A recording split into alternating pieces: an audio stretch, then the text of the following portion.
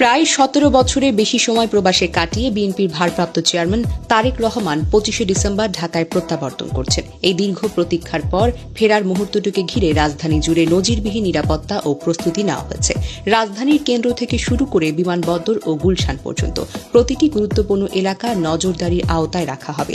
আইন শৃঙ্খলা রক্ষাকারী বাহিনীর সূত্র জানিয়েছে, তারেক রহমানের নিরাপত্তায় মোটামুটি 2000 সদস্য নিয়োজিত থাকবেন। এর মধ্যে রয়েছে পুলিশের স্পেশাল এসকর্ট ইউনিট, সাদা পোশাকে পুলিশ, বিএনপি নিজস্ব নিরাপত্তা বাহিনী, চেয়ারপারসন সিকিউরিটি ফোর্স, সিএসএফ।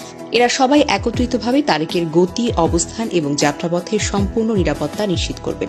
নিরাপত্তা পরিকল্পনার অংশ হিসেবে 23 ডিসেম্বর মধ্যরাত থেকে পুলিশের বিশেষ পাহারা শুরু হতে পারে। বিমানবন্দর থেকে গুলশান পর্যন্ত প্রতিটি থানা এলাকায় পুলিশ মোতায়েন থাকবে এবং গুরুত্বপূর্ণ মোড়ে নতুন চেকপোস্ট স্থাপন করা হবে। গুলশান ও বারিধারা এলাকায় ইতোমধ্যে যে কঠোর নিরাপত্তা ব্যবস্থা রয়েছে, তারেকের আগমনে তা আরও বেশি জোরদার করা হবে। বিশেষভাবে তার বাসভবন ও আশেপাশের এলাকায় প্রতিদিন 150 থেকে 200 জন পুলিশ ও গোয়েন্দা সদস্য মোতায়েন থাকবে। তারেক রহমানের নিজস্ব গুলশান এভিনিউ বাসভবন মেরামতের কাজ চলছে। যদি নির্দিষ্ট সময়ের মধ্যে তা পুরোপুরি প্রস্তুত করা না হয়, তবে তিনি তার মা বেগম জিয়ার ভাড়া বাসা ফিরোজাতে উঠতে পারবেন, যেখানে ইতোমধ্যে বেগম জিয়া ভিভিআইপি নিরাপত্তা ও এসএসএফ সুবিধা পাচ্ছেন। ফলে তারেক রহমানের অবস্থান নিশ্চিত হলে এসএসএফ, সিএসএফ এবং পুলিশের সমন্বিত নিরাপত্তা বড়ই তাকে তৈরি করবে।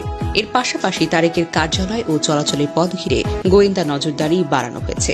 বিএনপি ও কূটনৈতিক সূত্রে জানা গিয়েছে, তারেক রহমান ট্রাভেল পাস করেছেন। তিনি বিমান বাংলাদেশ এয়ারলাইন্সের VZ202 ফ্লাইটে দেশে আসবেন। 25 ডিসেম্বর সকাল 11:55 তার বহনকারী বিমান ঢাকায় অবতরণ করবে। এরপর তাকে সংবর্ধনা জানাতে 300 ফিটে জনসমাবেশের আয়োজন করবে বিএনপি। তারেক রহমানের প্রত্যাবর্তন শুধুই রাজনৈতিক ঘটনা নয়, এটি পুরো দেশের রাজনীতিতে নতুন অধ্যায় খুলে দিয়েছে। রাজনৈতিক উদ্দীপনা তীব্র, বিশেষ করে বিএনপি কর্মী ও সমর্থকদের মধ্যে আইন শৃঙ্খলা রক্ষাকারী বাহিনীর সর্বোচ্চ সতর্কতা অবস্থান করেছে। কোনো ধরনের বিশৃঙ্খলা বা ঝুঁকি এড়াতে চূড়ান্ত প্রস্তুতি নেওয়া হয়েছে। এর আগেও দেশে ফিরতে চেষ্টা করেছিলেন তারেক রহমান, কিন্তু দীর্ঘ 17 বছর প্রবাসে থাকা এবং রাজনৈতিক পরিবেশের কারণে নিরাপদ আগমন সম্ভব হয়নি।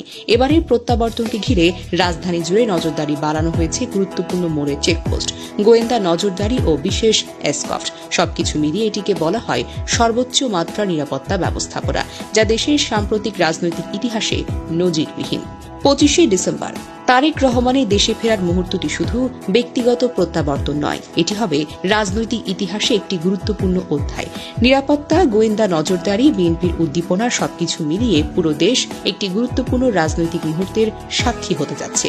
এবারের আগমন প্রমাণ করবে রাজনৈতিক নেতৃত্বের সঙ্গে জনগণের প্রত্যাশা, নিরাপত্তা ও সংগঠনের সমন্বয়কে কিভাবে দেশের ভবিষ্যৎ প্রভাবিত করতে পারে।